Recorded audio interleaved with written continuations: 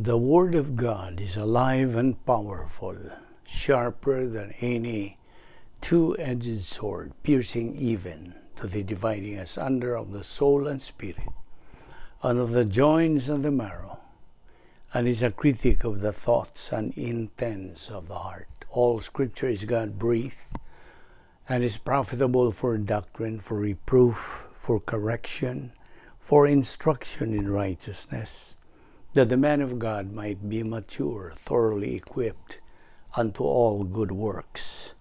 Study to show thyself approved unto God, a workman that needeth not to be ashamed, rightly dividing the word of truth. 2 Thessalonians chapter 1, verses 7 to 12. And to give you who are troubled rest with us when the Lord Jesus is revealed from heaven with his mighty angels in flaming fire, taking vengeance on those who do not know God and on those who do not obey the gospel of our Lord Jesus Christ.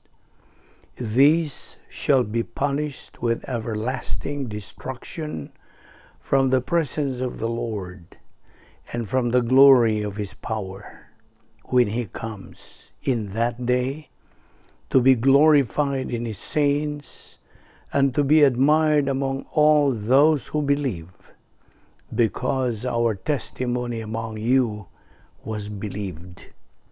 Therefore we also pray always for you, that our God would count you worthy of this calling, and fulfill all the good pleasure of his goodness, and the work of faith and with power, that the name of our Lord Jesus Christ may be glorified in you, and you in him, according to the grace of our God and the Lord Jesus Christ.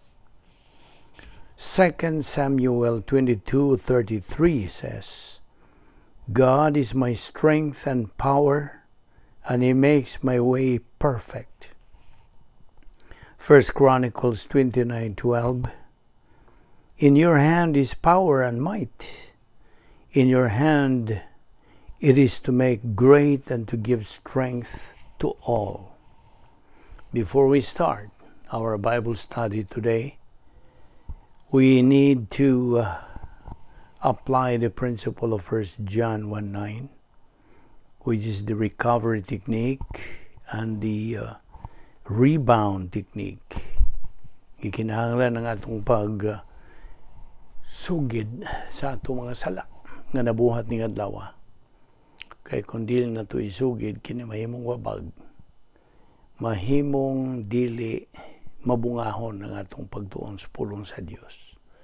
Kaya labot pa ang Espiritu Santo nga mo'y magtutudlos kamatuoran, dili siya maka-function sa iyang papel sanglit na may nagababag ng mga sala. So 1 John 1:9 againgon, if we confess our sins, God is faithful and just to forgive us our sins and to cleanse us from all unrighteousness.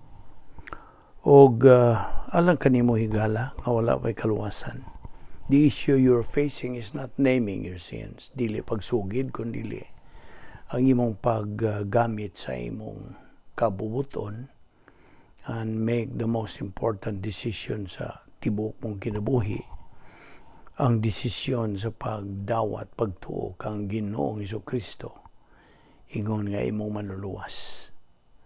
Believe on the Lord Jesus Christ and thou shalt be saved. Acts 16:31. Busa sa hilom, mag-aandam tas tong kaugalingon.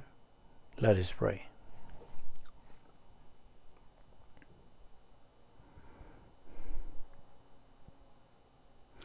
Heavenly Father, we thank you for this new day that you have imong gipadangat kanamo, Dios.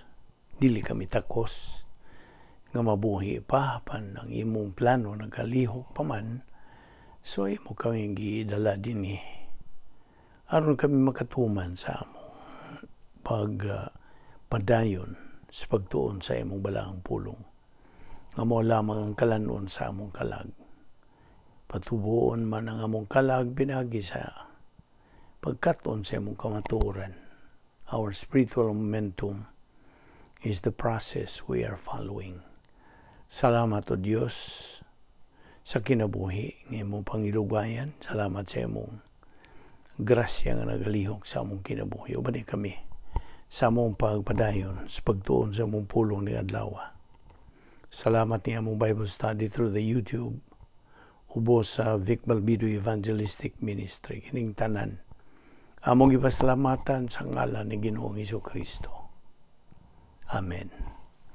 Well, may adlaw sa tanan nato mga higala, mga subscribers, atong mga igsoon diyan ni Kristo. Welcome na usab. Yan ang adlaw.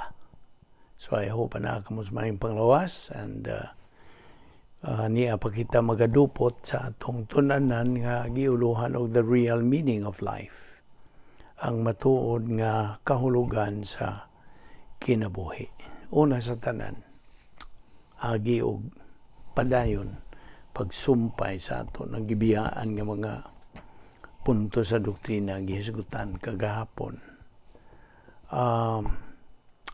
Human kita maluwas, mao kini ang nagapanghitabo sa atong kinabuhi.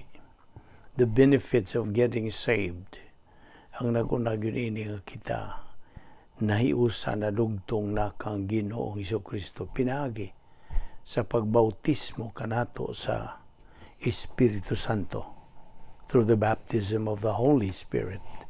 So nahimo kitang kanang bahin ni Ginoong Jesucristo tungod niya na o gawas pa niya na kita na tao na pag-usab, John 3:3. O gawas pa niya na kita gisuluban na sa pagkamatarong sa Dios. We have been imputed God's perfect righteousness. Dili na kita mga hinukman, kundi kita na matarong na sa tubangan sa Dios. And then we have been imputed eternal life, kinabuhing dayon. Gawas pa niya na kita gitawag nga luwas na. Acts 16:31. O gawas pa kita gitimbrihan na sa balaang Espiritu Santo. Ang atungan na patik na, nasuwat na didto sa basahon sa karniro sa kinabuhing wala na katapusan. The Lamb's Book of Eternal Life, never to be blotted out. Di na ginamapa. Gawas pa niya na kita mga sakop na sa harianong panimalay sa Diyos, the royal family of God. O gawas pa niya na kita nahimo ng taga-langit, citizens of heaven, Philippians 3:20. O automatically kita gisod na ngadto sa protokol nga plano sa Dios. Automatic na kita nga ni kalifikar to join all believers in the rapture. Nga kini ang gipaabot nato nga prophetical event nga gilatid na kana sa divine decrees. O nga kita nagapaabot na lang any moment kini may tabo. O mao na nga kita kulbahinam nga nagapaabot niini kay kita kanang maapil man kun mubalik na si Ginoong Jesucristo. Dili pa siya motunob din sa yuta dito pa lang sa panganod. Mao kanang isulti des 1 Thessalonians 4:16-17. The Lord himself shall descend from heaven with a shout, with the voice of the archangel and the trumpet of God, and the dead in Christ shall rise first, and that we who are alive and remain shall be caught up together with them in the clouds to meet the Lord in the air. Now, okay, karon kay mga magtutuo naman kita, niya kita sa ikaduhang bahin sa plano sa Dios. Phase 2 of God's protocol plan.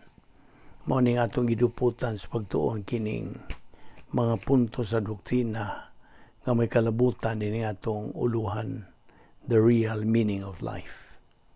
So, aron gyud nga makasud tanianang maong kahimtang nga kita we are eternally safe in the hands of God through our faith in Christ. Nga karon makakat-on kita sa mga punto sa doktrina bahin niining matuod gyud nga kahulugan sa kinabuhi. O ang yawi yun ning naguna, mao nga kita magpaluwas. Unsaon, pinagi lamang sa pagtuo lamang kang Kristo lamang. O bisan tuod, mga Kristohano na ta, mga luwas na ta, mga anak na ta sa Diyos, na magi mga suliran nga moabot sa atong kinabuhi. Of course, wa may exempted nining mga suliran. Magtotoo ka ba o dili magtotoo, maabot man yung suliran. Okay? Now, problems in our life, as we have said, are intended not to discourage or harm us, dili, but to develop sa atong kinabuhi and to make us a strong believer. Mao na. Mao gina ang tuyo gyud sa sa gubang nato sa mga suliran. You see, problems are resistance. Okay?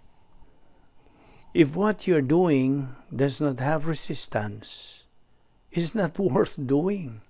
You know? Yes. Without the resistance of water, a ship cannot float. Kita nimo? Unsaon man pag lutaw sa usa ka barko o sakayan, kung may tubig, there should be resistance. Without the resistance of air, sa hangin, those airplanes and jets cannot fly. Dili pud sila makalupad. Kung why resistance of gravity, you cannot walk. Dili ka makalakaw. A rubber band, kining lastiko, can only be effective when it is stretched. Himo ka ng bingaton. Basta? Ang mga tabanog, kites, they fly against the wind. So, ang mga suliran sa kinabuhi, alang ka na itong mga magtotoo, oportunidad ka na, and our friends, atong mga higala, not our enemies. Ayaw na ni kalimti. Dili nato kaaway ang atong mga suliran. Mao bitaw ng atong baruganan mao nga. Enjoy our problem because in heaven there is no more problem. Basta? Dawat ka ba niya ng prinsipyo ha? Wala na may problema dito sa langit. Wala oy. It's already a thing of the past. Wala na sa diksyonaryo dito. Wala yung mga suliran. You see, ang Diyos sometimes ibutang taniya in the dark. Iya tang ibutang ngit-ngit.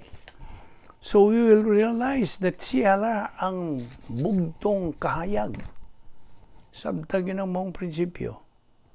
So, dawata, hang pa. Hang pa ang mga suliran sa kinabuhi. When they come to our life, we should consider them and welcome them.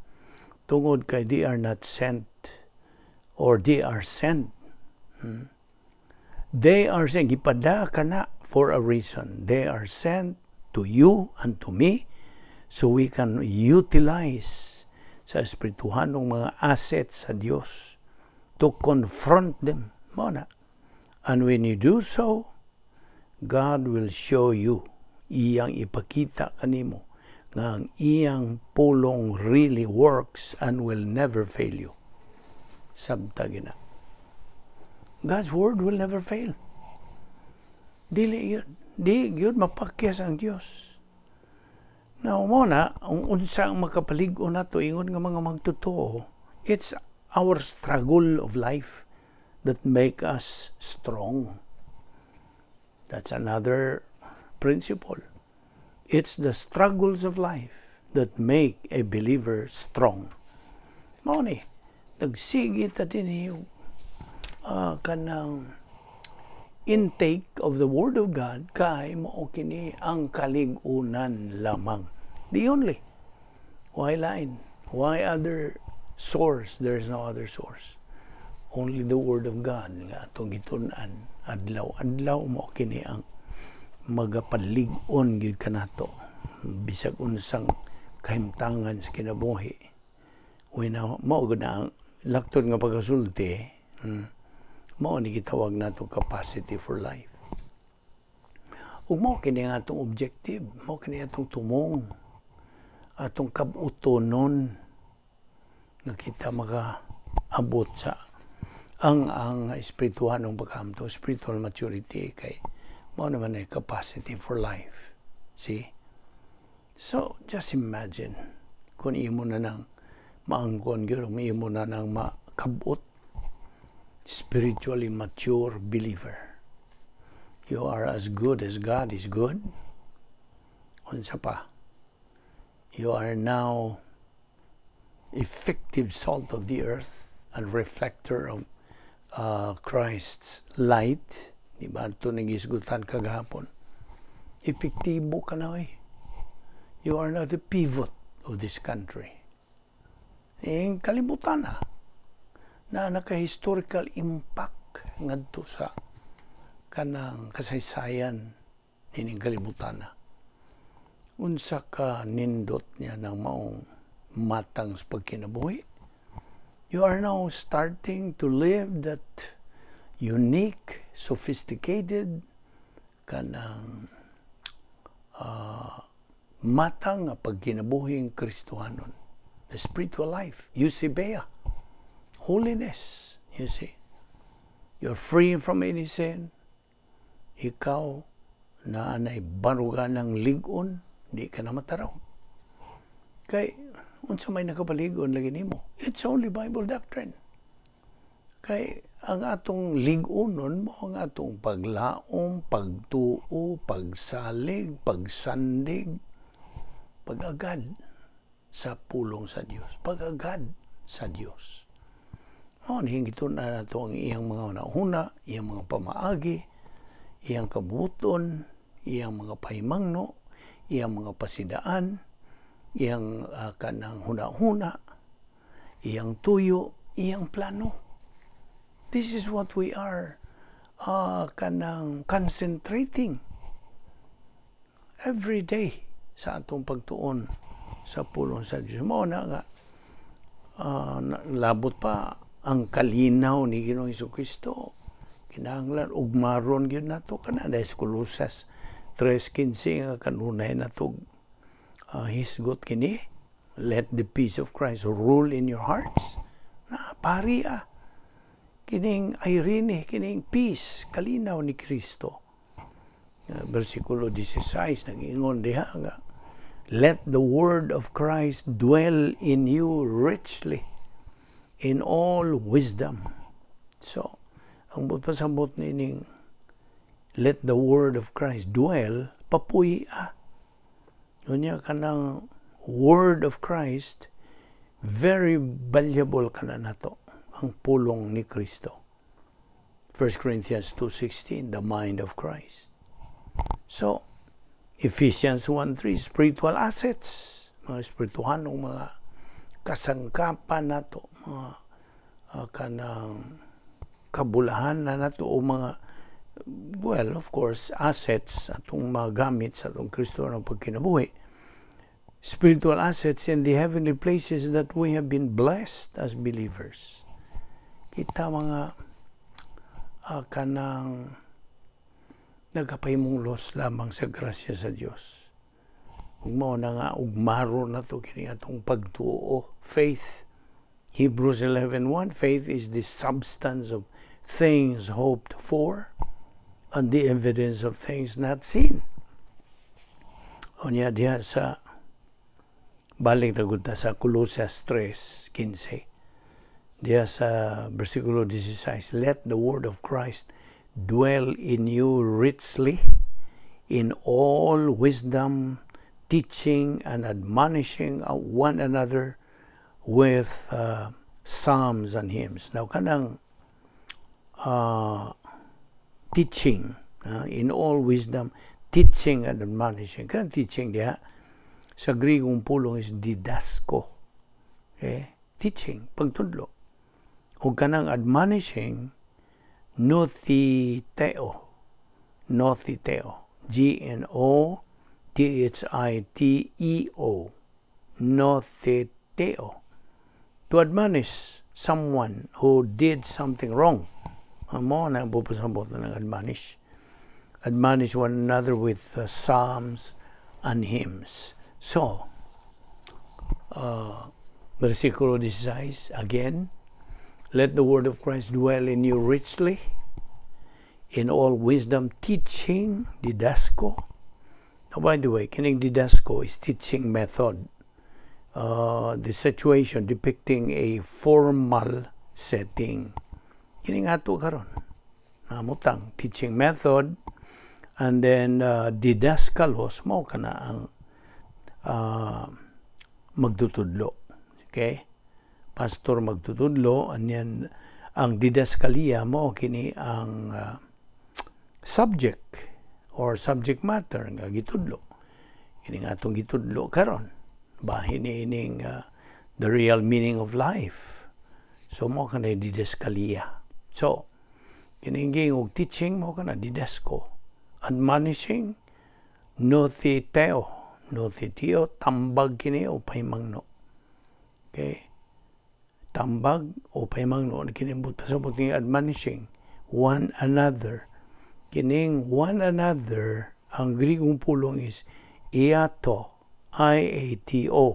Iato, ang but pasabot is nagipahimutang nila na sa reflexive pronoun in the accusative case. As accusative case, okay? So mo ka na ang versikulo 16 nga. Teaching and admonishing one another with psalms and hymns and spiritual songs. Now, kining laing Grigo nga pulong ining piripatao. Piripatao. Buta sa buti is to walk. Okay, dili lang kay kining literal itong paglakaw. Kundi this is a way of life or way of living. Now, ang pulong sa Diyos, paminaw, ang pulong sa Diyos is every believer's treasure. Valuable treasure. Sa matag Kristohanon. Kaya nga no, tungod kay it is the only thing, bugtong ni nga butang, nga ang magtotoo, mada niya dito sa langit. Nothing else. Kung balikon, ang pulong sa Dios is every believer's treasure, valuable, tungod kay mauraning butanga ang atong mada dito sa langit, natong mga magtotoo. Nothing else. Kadungog ka. Way lain nga atong mada dito, mabaon na dito sa langit. Ang iyarang pulong. Pulong sa Dios. Kini atong itunan. So nakita ni mo sa kabililhon, how valuable is. It is our treasure. Kita ni mo? So, kitang mga magtotoo are taught and admonished sa pulong sa Diyos to move forward in our spiritual growth. Hangtod atog yung makabot ka ng higher ground nga gitawag og spiritual adulthood stage. Sa diha nga atong makabot na kana din na nakitay capacity for life. Now, sa diha nga kita magapadayon, dining atong spiritual momentum. Mao ni meaning, kini atong ibuhat, spiritual momentum ni. Momentum means pagbuhilo. Dili ta makasibog nga tusunahan, kundi ta mo buhilo. Okay? As we continue in our spiritual momentum, gikinahanglan nga we be reminded that sa matag higayon nga kita magtuon sa pulong sa Diyos, it's not important just to learn God's Word. It's not. Or memorize verses or chapters of it. Mahimo maka-memorize ka. But unsa magyud ang tumong nato that the Word of God dwell in us richly. Colossians 3:16. Dwell. Mupuyo. Converted spiritually, pinagi sa gahom sa Diyos Espiritu Santo. One of the two power options. Okay? So, mo ka na, papuyo na to ang pulong sa Diyos din sa atong kalag. See? It should sink in the frontal lobe of the mentality of our soul. Inom doon pa baga sa duha ka spiritual skills? Unsa man ito? Duha. Original ni. The original two spiritual skills. Number 1 is Bible doctrine. Number 2 is filling of the Holy Spirit. Number 1, pulong sa Diyos. Ikaduha, pagpuno sa Espiritu Santo. Now, ngutan na raguko nimo. When can a thing, anything, when can a thing become something of value to you? When? Kanus aman, ang usa ka butang, bisag unsa, nga mahimo kini, nga bililhon na gyud kanimo. Tubag, when that thing is so necessary, so indispensable to you, so much so, na kung wala ka na, you would think you cannot live without it. Kasabot ka? Busa, ang pulong sa Diyos should and must be indispensable to the life of every believer. And should and must be valuable and so necessary, so much so, that without it, why pulong sa Diyos, kitang mga magtuto cannot live. Paminaw. We cannot live our spiritual life without it. Think and ponder ni ining mga pulunga. Ni ining prinsipyo. Dili yun. Kasabot ka? Dili yun ta makakinabuhi sa espirituhanong panginabuhi without the Word of God. Wala. Kita ni mo sa kabililhon, how essential, how important, how indispensable is the Word of God is. Atong kinabuhi na karon. Labi na kaninyong nagasubay na yun ning atong Bible study through the YouTube. Adlaw-adlaw din na kamusipyat. Kay, mao naman, ning sink in na yun, ning tuhop na yun. Na inculcate na yun. Ni sabay ubang mga Visayan na ning tuhop. Okay. Diha sa imong kalag. Okay, Colossians 3:17. May the word of Christ dwell richly in your hearts in all wisdom, teaching and admonishing one another in psalms and hymns and spiritual songs, singing with grace in your hearts to the Lord. Now, let us remember, inumduman na to, nga ang Kristohanong paagis pagkinabuhi, espirituhanon kini, nga paagis pagkinabuhi, o mao nga kini, nagakinahanglan o espirituhanon usab nga paagis sa pagtuman. Basta? The Christian way of life is a supernatural way of life, and as such, it demands or it requires a supernatural way of execution. Dili nato gini tuman sa mga tinawhanon nga pamaagi. Dili gyud. It cannot meet the standard of God. Kita nimo. Now, there are 3 commands for every believer to who desires to live this Christian way of life. Ang una, sunduga o kanang unsa ba ubang synonym sa sundog? awata. Awata sunduga si Ginoong Jesucristo. Imitate Christ. Ikaduha, have the mind of Christ. Kini ang pulong sa Diyos mo kinahunaw ni Kristo. 1 Corinto 2:16. Have the mind. Ikatulo, in everything we do, in word or deed, do it as unto the Lord, in the name of the Lord Jesus. Kasabot ka. Mao ni ang tulo ka mando. Alang ka na itong mga magtutuo. Buon kitang magkinabuhi sa Christian way of life. Now, as Christians, ingon nga mga Kristohanon, we are now supposed to make 1 John 1:9 and Psalm 32:5 second nature to us. Sabot ka? Kinahanglan.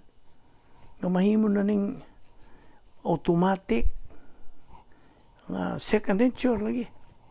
Also, let's remember that ang rebound is not a license to sin. Inomdom ka? But it is a license to what?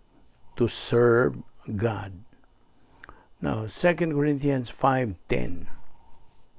For we must all appear before the judgment seat of Christ. Kanusa ni? Right after the rapture. That everyone may receive the things done in his body according to that he hath done, whether it be good or bad. Romans 14:12. So then, every one of us shall give account. Maghatag kita og husay matag usa kanato. That we shall give account of ourselves to God. Tagsa-tagsa ra ba nato? And then John 17:25, O righteous Father, the world hath not known thee, but I have known thee. And these have known that thou hast sent me. Now, of course, napud na sa Philippians 2:9-11, there's a verse 9, nag-ingon ka na nga. Wherefore God also hath highly exalted him and given him a name which is above every name. Kinsa may gisgutan ni si Ginoong Jesucristo. Verse 10, that at the name of Jesus every knee shall bow, of things in heaven and things in earth and things under the earth. Verse 11, and that every tongue should confess that Jesus Christ is Lord, to the glory of God the Father. Now, nasayod na ta. I hope na silsil na nimo nga. Ang plano sa Dios, grasya. Gusto? O ang grasya, mao ang plano sa Dios. Mahimo nagbali-balihon ni mo na. Grasya ang plano sa Dios, ang plano sa Dios, grasya. Remember, unsay gisulti sa Colosas 3:17. Whatever ye do, in word or in deed, do all in the name of the Lord Jesus, giving thanks to God the Father through Him. Okay? Now, diha sa Isaias, kadiyot lang ha? Kadiyot lang. Diha sa Isaias, in Isaiah, ang puno sa Diyos nag-ingon, that those who wait on the Lord, etc., etc., shall renew their strength, meaning gi-recharge. Parihan na gi-charge ninyo ng inyong mga cellphone, kung sa diya mga gadgets, mo ka na. Those who wait on the Lord shall renew their strength. Wait. What's it about pasabot? Hining pag hulat o paghuwat. Wait. Ang bot pasabot, wait means that we are waiting on the Lord for something fantastic na mao ang grasya sa Dios. Salmo 25, versikulo 3, nag-iingon, Ye let none that wait on thee be ashamed. Let them be ashamed which transgress without cause. Now, diha sa Colosas 3:17, whatever you do in word or deed, do all in the name of the Lord Jesus, giving thanks through Him to God the Father. Kanang do all. Kanang all diha, of course, plural na. Now, in the name of the Lord Jesus Christ.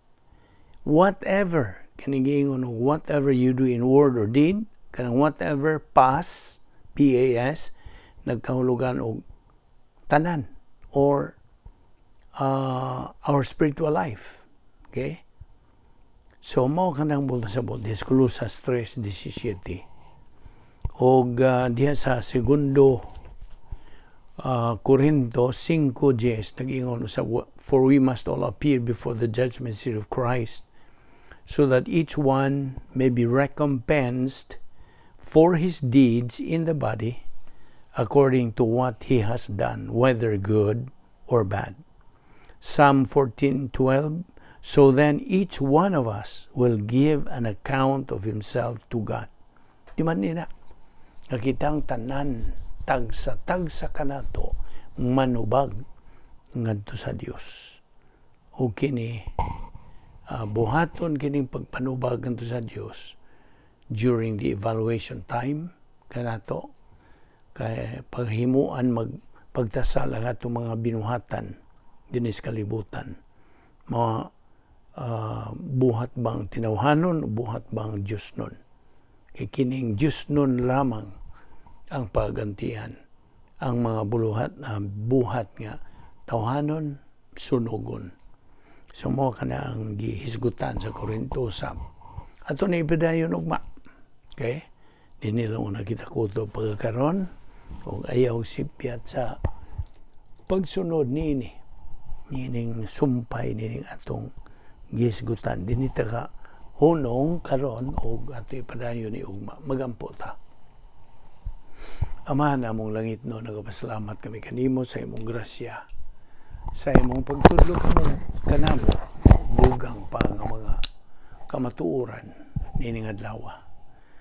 Inaot nga kini mahimong panalangin sa among kinabuhi, dala kami pagbalik ugma dinhi aron kami magapanayon sa among spiritual momentum.